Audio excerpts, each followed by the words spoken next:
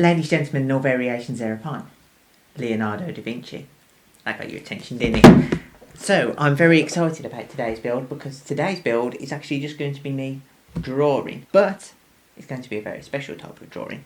You see, today I'm going to be drawing some Leonardo sketches. Now, why am I drawing Leonardo sketches? Well, one of the reasons is I have a blank space on my wall and I want something interesting to put on there so that I can look at it.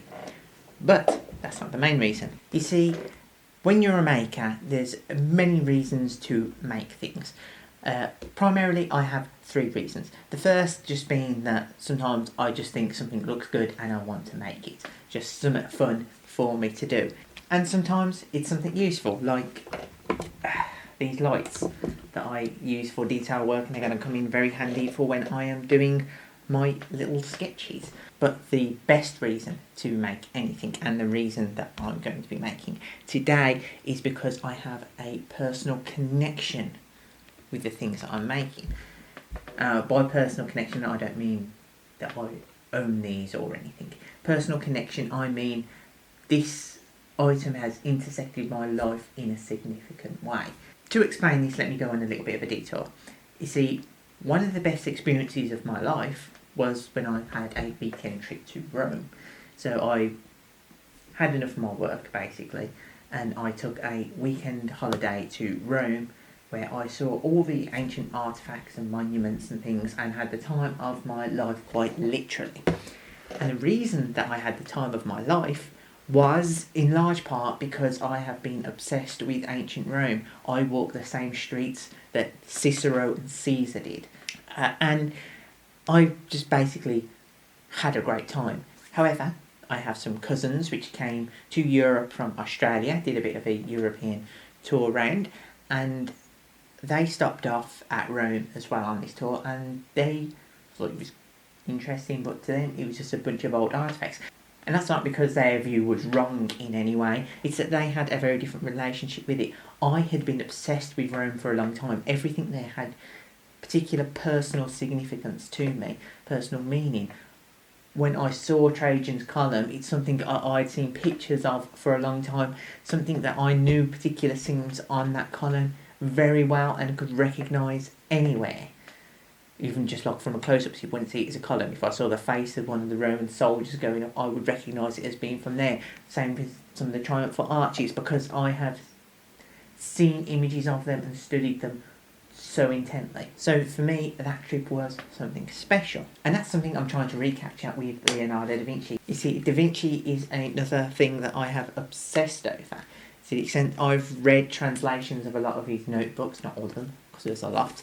Obviously, I've got books like these that have images of all his paintings and stuff, and I've tried recreating some of the paintings, although not actually painting them. I drew them, so I've drawn things like the Mona Lisa, and I have a very different art style to Da Vinci.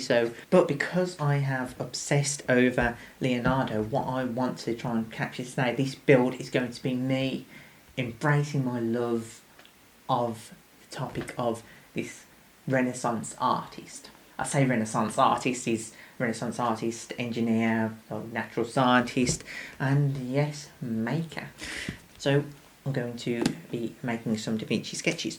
But something to note is that I'm not trying to exactly recreate Da Vinci's notebooks or sketches in his notebooks or anything. Or rather I am, but not in the way you may be thinking. See, recently, and this is coincidence that it just come up, Adam Savage recently showed a museum quality replica that he's brought of one of Da Vinci's notebooks.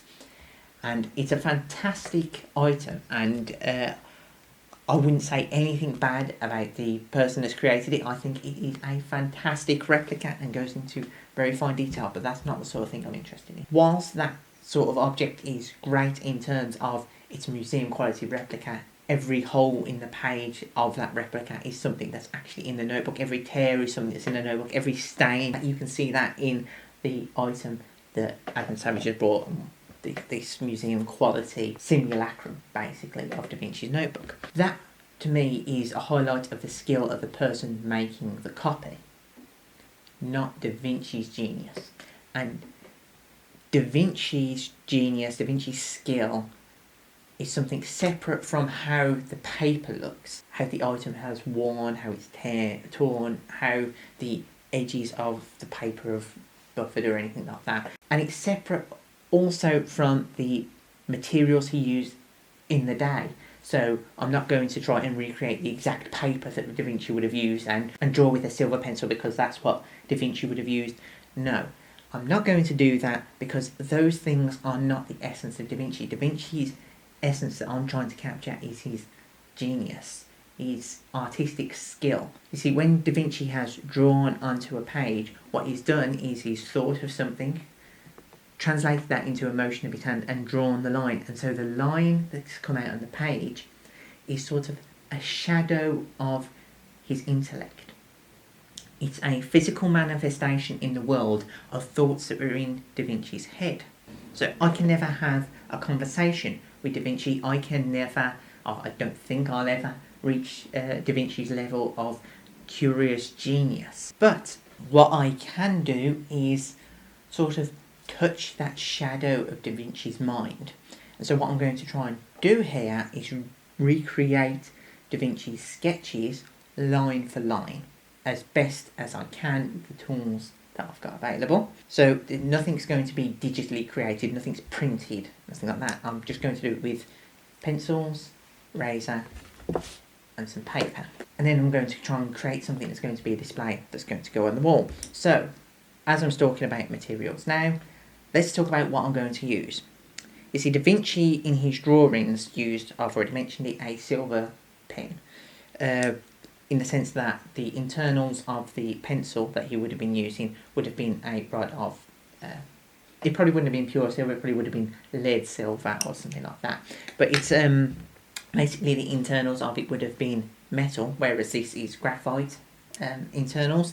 So as he was drawing across a paper, if you would have tried to draw on this sort of paper, you probably wouldn't have made a mark because the metal that makes up the what we call the lead of the pencil is going to be too hard and it wouldn't have made the mark on the paper, so we needed a more coarse paper.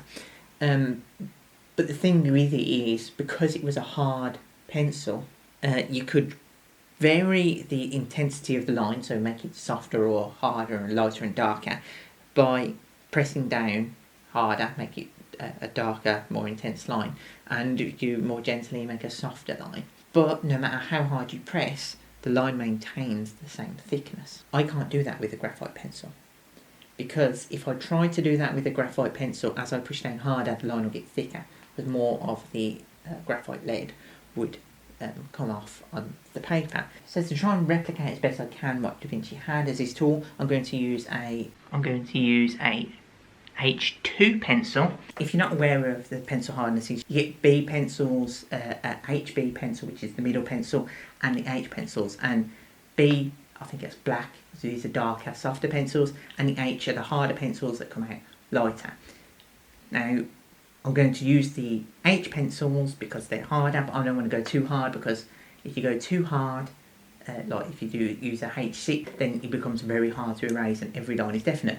That's something Da Vinci did have to deal with. When he drew with a silver pencil, whatever line he made, that was a permanent line. So if you're using a hard pencil, then, you're closer to what Da Vinci had to deal with, but I'm not anywhere near that skill, so I want some capacity to erase, so I'm going for H2, which is the softest of the hard pencils. I also don't want to go too hard, because the harder the type of pencil, the lighter the line it will draw, and I do need some fairly dark lines, and I don't want to be really stabbing into the paper while I'm drawing, so this is going to be something of a dark line, but I'm going to keep the other pencils around just in case I do want a dark line and I can try and use them. For the eraser, I'm using a general kneaded eraser. When it comes to the paper, I have several types. Like I said, I'm not trying to recreate Da Vinci's paper, but it is a display that's going to go on the wall, and I don't want to just stick a frame around it and stick it on the wall, because that seems a bit tacky, framing my own artwork. So I've got some A4 size papers that are old paper, where it's all creased and curled at the side, to make it look like it's something that's been sitting around in the study for a while. And I have my little A5 notebook, because I did actually see in person some Da Vinci sketches before, so I know the sort of size Da Vinci's sketches were, and this is about the right size. It's A5 sketch pad, so I'm going to use some of these as well, but these are more pristine papers, and I'm not entirely certain I am going to use the crinkled ones. I've just got those to the side, and if I'm feeling it, then I might use them. I'm not going to try and make the papers look old or anything in terms of like staining them with tea or things, because I just don't like the way that looks and feels. But I'm just going to try and sketch out a design. So, first one I'm going to try is going to be the hardest one. Bearing in mind, of course, that I'm doing the hardest one first without any real practice building up to it. That's just the way I work. Start with the hardest part. I'm going to start with the study of a young woman that was used as a study for one of his paintings, actually 2 of his paintings, because he redid it because he sold the first commission off and then had to do another version of it in order to fill his commission. He was notorious for doing things like that. So this is the most difficult one. I'm going to try doing that one first, and I want to try and do that on an A4 size piece of paper. And I'm going to give it a go on the crinkled rough piece of paper. So let's pull that up. Okay, so I'm going to try and copy line for line this drawing. So I'm going to start with what Da Vinci looks like he started with, which is the outline of the subject. And what's interesting in this, looking at it now, as I'm drawing, something that I may not have noticed otherwise, is that I can see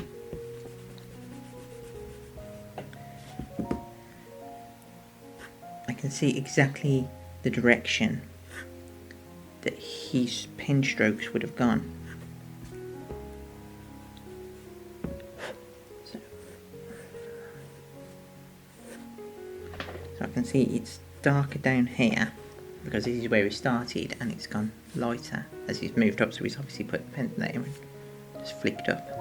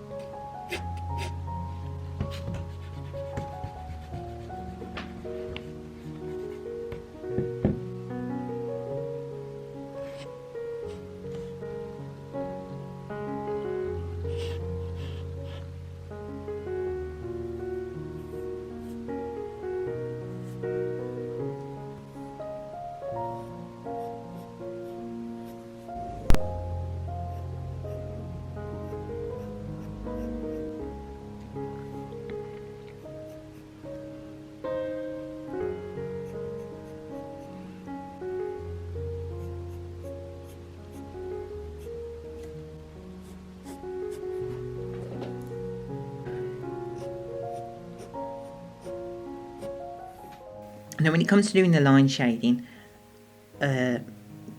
we notice something very telling about Da Vinci. You see, if you were to look at the original work, you can see all these shade lines go from his top left to his bottom right, according to the position of the artist. So top left to bottom right, all the lines go down that way. And as you can see, my pencil naturally wants to follow that line. I'm right-handed, and this is upside down. Da Vinci was left-handed. He was drawing like this, which is also why he wrote backwards on all of his notebooks, because if you're writing in ink and you write with your left hand, then to go that way means you're smudging your work as you're writing. If you go that way, then you give it a chance to dry before you move back to the next line. So, for me to try and copy this shading, I've either got to try and use my left hand, which just isn't going to happen, or I've got to get creative. So, what I'm going to try and do whilst filming, this is going to be difficult, is draw so that my arm is sort of cocked around, so that I'm drawing almost as if I'm upside down. So, like this, and try not to get in the way of the camera too much. Okay, so let's see how the lines are coming. So we've got a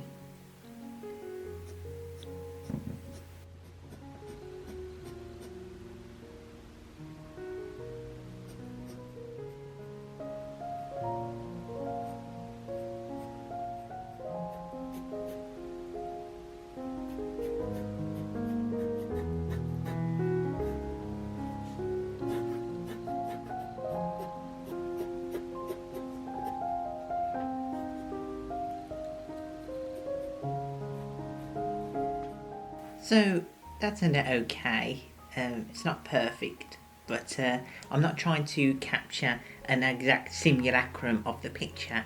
What I was trying to do is get an idea of the mindset that Da Vinci had while he was drawing this, and I think I successfully did that. In drawing this out and doing sketch line by line, I've noticed some small details that I didn't notice before, which is like things like the shape of the hat she's obviously wearing, the headdress or something, where it's got a fold across the top and a little bit sticking out. And it's hard to tell exactly on there when you're just looking at it, but you really get a better sense of it when you're drawing it out yourself.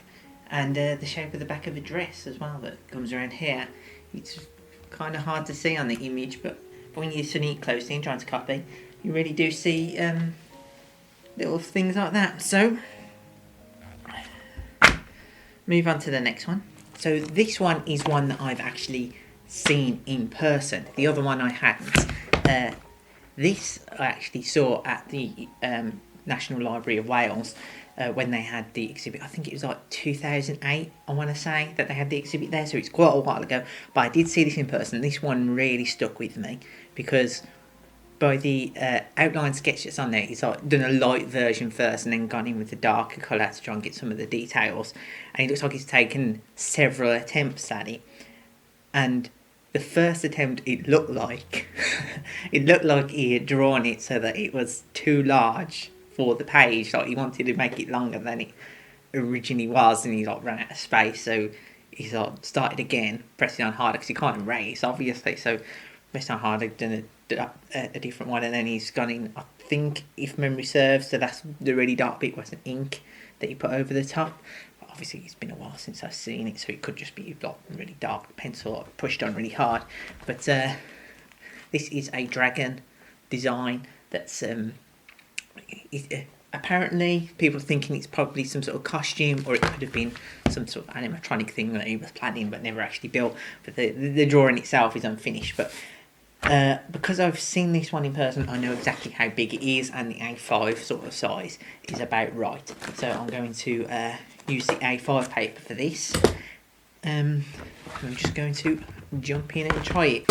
Also, before I carry on with this, although you wouldn't have seen the full length of that because I would have edited it down, that actually took quite a while to draw that, and I ran out of power on my camera, so I've had to stop and recharge the camera in between while I had my lunch.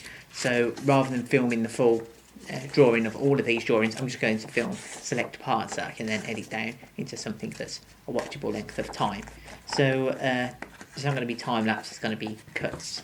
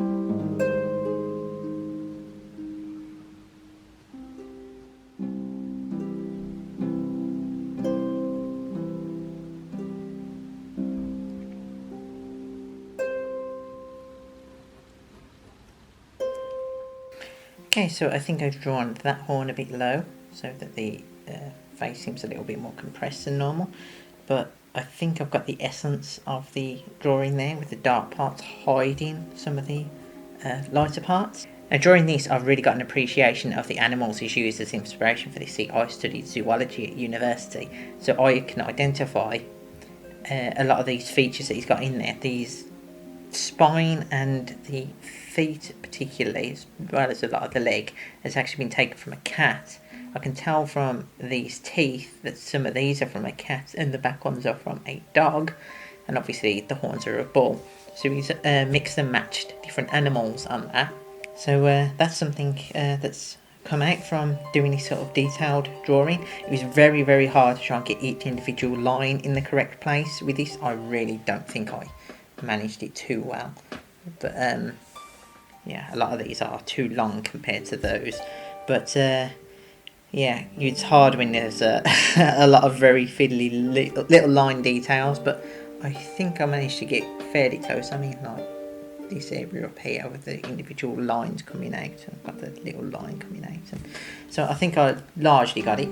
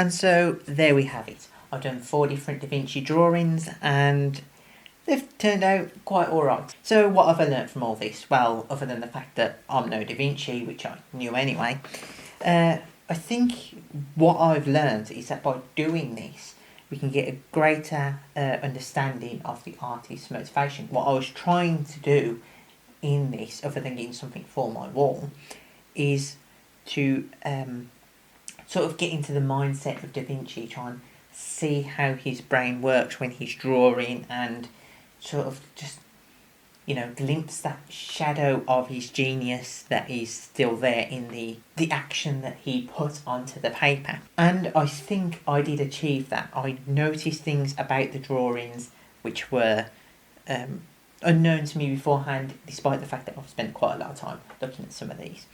Now, what I will say is, if you're doing this yourself, unless you're left-handed, it is very difficult to try and remember to keep doing the shading in that right direction. You can do it, see, I can do it in the sense that I know I'm going from like top left to bottom right, but in doing so, in constantly doing that motion, in order to get it in the same sort of style that Da Vinci is doing it, it's very difficult. Partly it's probably due to the fact that I'm using a pencil that behaves differently, but trying to get that consistent line in the same way, because he's obviously just doing it off the top of his head, doing quick motion, which I try to replicate, but I'm trying to also copy his motion, so it requires a little bit more care. But the fact that he's doing it automatically, just like going and me trying to go, it's not the same motion, it's a slightly different, there's no arc, or you know, there's a slight difference. So unless you're left-handed, I recommend trying a different artist other than Da Vinci, like Raphael or someone like that, because it's quite difficult to do that shading in that same direction in the same manner. However, I think this has turned out quite well. I am going to do some more of these drawings, but I'm not going to necessarily put them on camera, so I think they turn out quite well. Which are going to be something that's not Da Vinci, but something in the same style. Maybe to do something like some Lord of the Rings stuff in sort of a Da Vinci notebook style with some Alvin scribbling at the side or something like that. Just so I can create some sort of display that looks like it's Da Vinci but crossed into a fantasy world or something like that. Anyway, so these are going to go on the wall. I'm not certain exactly how I'm going to put them up. This one, the bigger one, is going to be the centrepiece and the other is going to be around it. I'm not going to frame them. It's going to be some sort of higgledy-piggledy thing. If I come up with something interesting, I'll put it on camera in a future video. But at the moment, I'm not certain exactly what I'm going to do, and I may just stick them up there with blue tack and just do it haphazard and crazy. In which case, it's not enough for a video, so might be a short at most. I'm happy with how it turned out, so I'm going to leave you with some final shots of the finished products, and I shall see you in the next video.